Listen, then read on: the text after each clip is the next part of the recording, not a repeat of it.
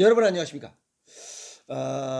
오늘은 제가 얼굴이 좀 밝아 보이지 않습니까?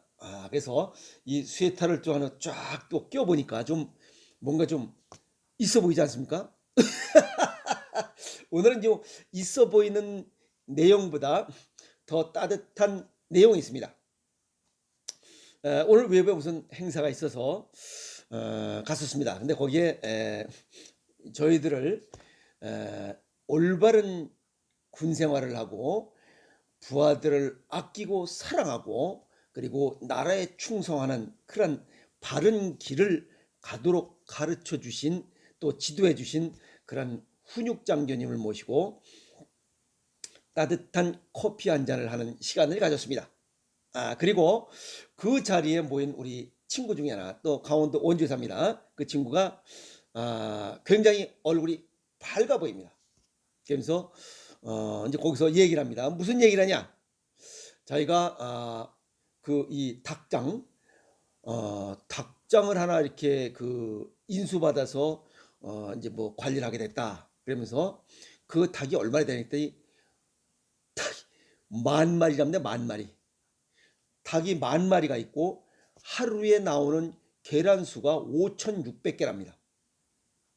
그러면서 우리 가난하고 어렵고 힘들고 이런 사람들에게 닭을 무료로 이렇게 주겠노라라고 이렇게 공표를 해버립니다.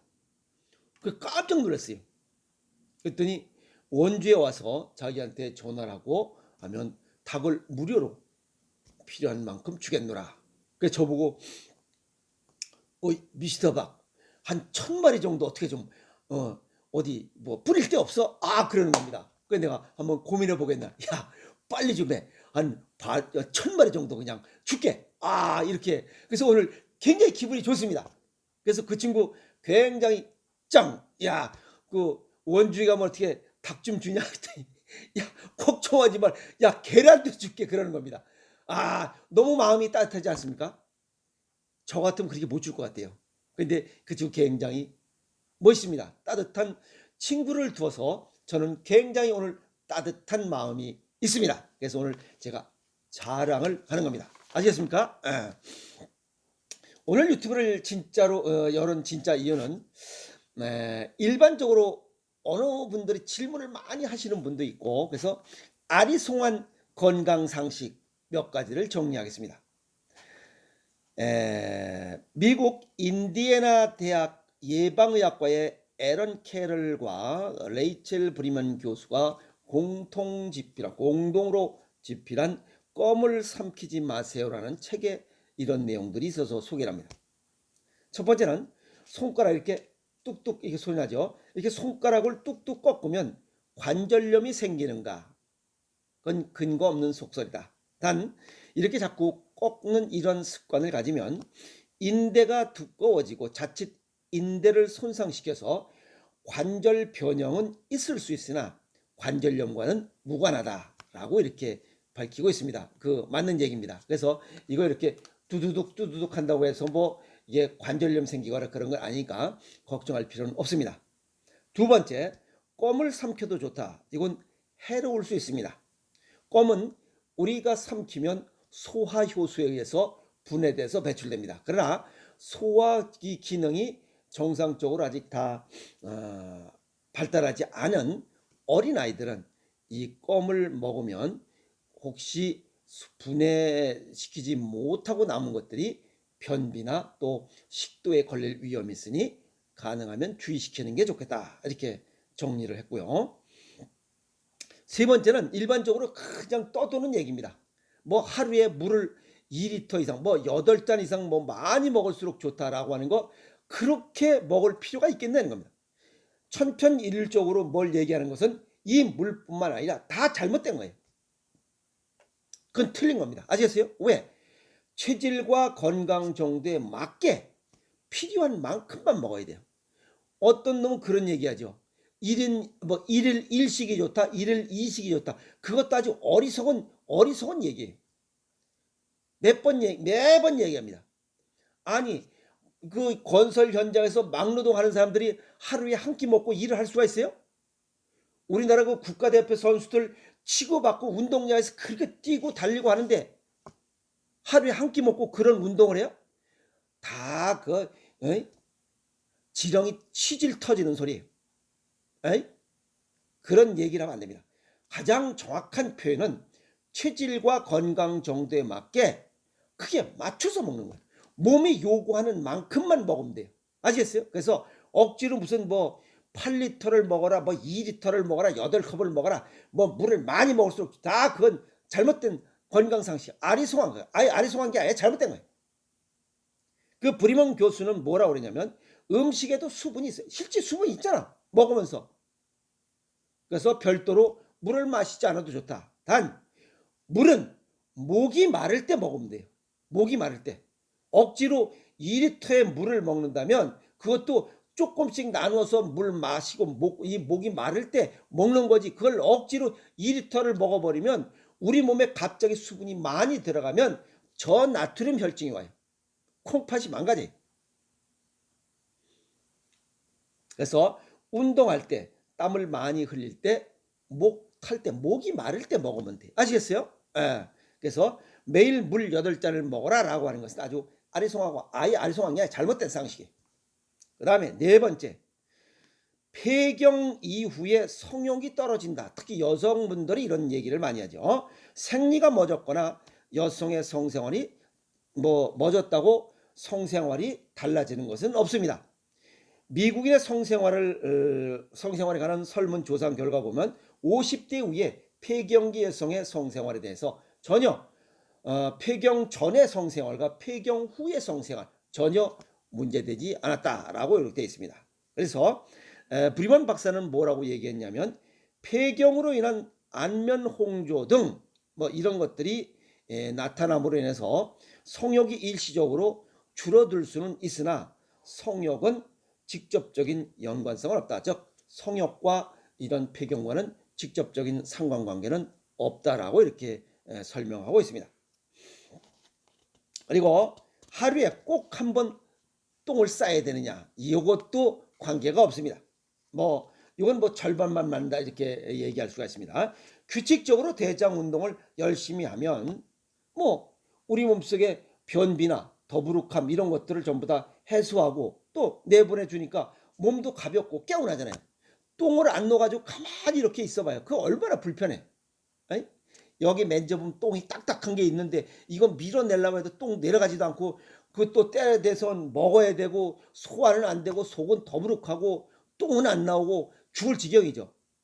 여기 가까운 곳에 사시는 분은 똥이 안 나와가지고 그냥 일주일에 한 번씩 가서 똥약을 먹어야 되고 관장을 해서 똥을 한 번씩 넣어야 돼. 미국에서 오신 분도 있죠. 그런 분들 불편했던 거야. 근데 꼭 하루에 한 번 꼭 똥을 넣을 거 아니에요. 똥 넣고 싶을 때 넣으면 됩니다. 하루에 똥 한 번 안 넣어도 되고 이틀에 한 번 넣어도 돼요. 아시겠어요? 그리고 똥은 자주 넣는 게 안 좋냐? 그것도 아니에요. 크론병 같이 또 설사병 같이 그런 거 아니면 그냥 하루에 똥을 5번 6번 넣어도 아무 문제 없어요. 똥이 나오는데 한 번만 넣어야 된다고 똥을 참으면 그게 미친놈이지. 똥이 나오면 싸야지. 그래 안 그래요?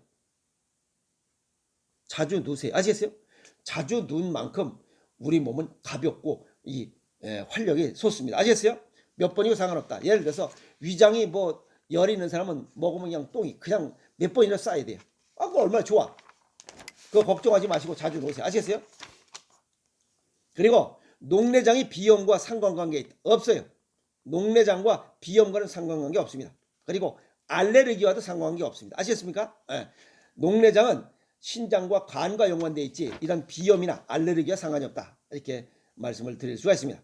그리고 건강에 관한 이런 일반적인 생각들, 우리 삶의 생각들 이런 것들이 과거의 생각을 이제 좀 신선하게 변화시켜야 됩니다. 생각을 변화시키면 여러 가지 방법과 길이 보입니다. 현재를 기준으로 과거에 생각했던 과거에 행동하고 과거에 이런 거쳐왔던 경험의 축적 이거는 지식일 뿐이에요. 그리고 앞으로 인생을 헤쳐나가는 것은 지혜의 영역이에요.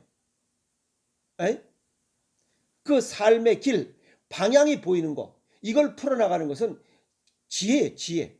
그런데 지혜는 고정관념을 갖고는 지혜를 보일 수가 없고 보여지지도 않습니다. 고정관념을 벗어나고 고정관념을 깨야만 지혜가 보여요. 그래야 앞으로 내가 갈 삶의 길, 삶의 방향을 볼 수 있다는 거예요.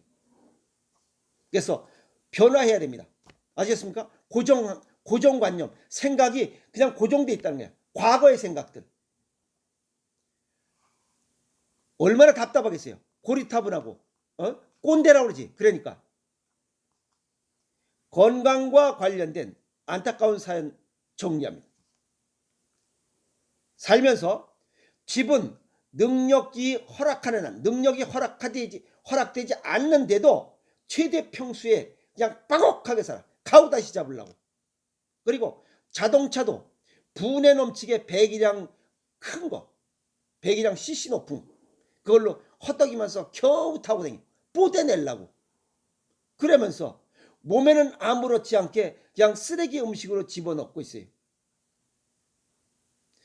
집 큰 거, 차는 좋은 거 타려고 억지로 버걱버걱 하면서 내 몸 건강을 생각하지 않고 썩은 음식, 쓰레기 음식이죠. 정크푸드, 가공 음식, 초가공 음식, 그리고 체질과 건강 정도를 무시한 이런 음식을 마구 집어넣으면서 유기농이 좋더니 유기농이 좋으니 이걸로 먹어라, 생식이 좋으니 이런 걸 먹어라 라고 하면 비싸다고 해요. 머뭇거리고 고민하고 있어요. 망설이고 있고 또 외면하고 있고 그러다 병들어 죽어요. 건강에 관해서 가치관, 아시겠어요? 고정관념을 바꿔야 되고 입맛도 바꿔야 합니다. 비만 환자나 대사증후군, 고혈압, 당뇨, 고지혈 이런 대사증후군 환자는 먹는 즐거움을 갖고 있어요. 먹는 즐거움보다 건강에 관련된 생각이 더 적어요. 먹다가 죽는 거예요. 아시겠어요?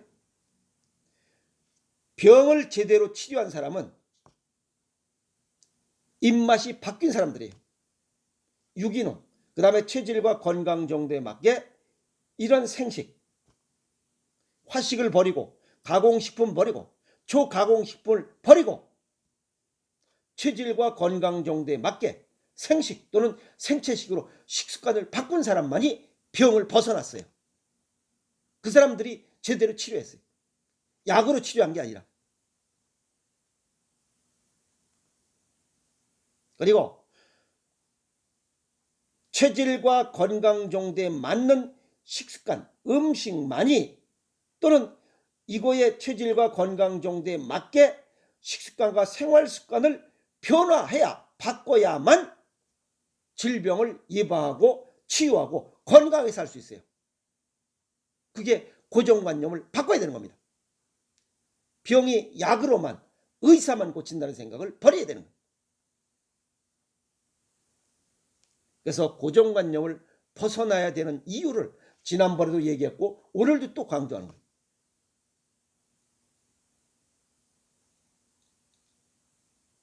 건강하게 살려면 건강한 음식을 먹어야 됩니다. 그게 살아있는 음식을 먹어야 돼요. 그게 생식이에요. 죽어있는 음식, 가공식품, 초가공식품, 인스턴트, 정크푸드 그런 음식을 먹으면서 살아있는 정신과 살아있는 육체, 건강한 정신과 건강한 육체를 갖는다는 그 생각 자체가 잘못된 거예요.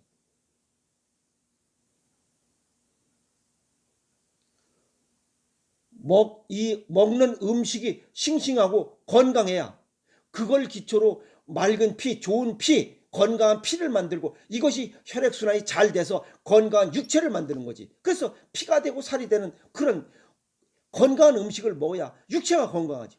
썩은 음식을 먹으면서 어떻게 건강한 육체를 만들려고 그래. 말이 안 되잖아 그건. 그래서 고정관념을 바꿔야 됩니다. 아시겠습니까? 그래서 내 몸의 질병을 제대로 치료한 사람은 입맛이 바뀐 사람들이 병을 치료했다는 겁니다. 그래서 체질과 건강 정도에 맞게 생식과 생체식 이러한 입맛을 바꾸도록 하세요. 가공식품, 초가공식품에 입맛에 길들여져 있으면 비만과 대사증후군 그런 환자로 등록하게 됩니다. 아시겠습니까? 입맛을 바꾸고 생각을 바꿉시다. 아시겠습니까? 그리고 건강하게 살려면 건강한 생각을 갖고 살아가야 됩니다. 화이팅!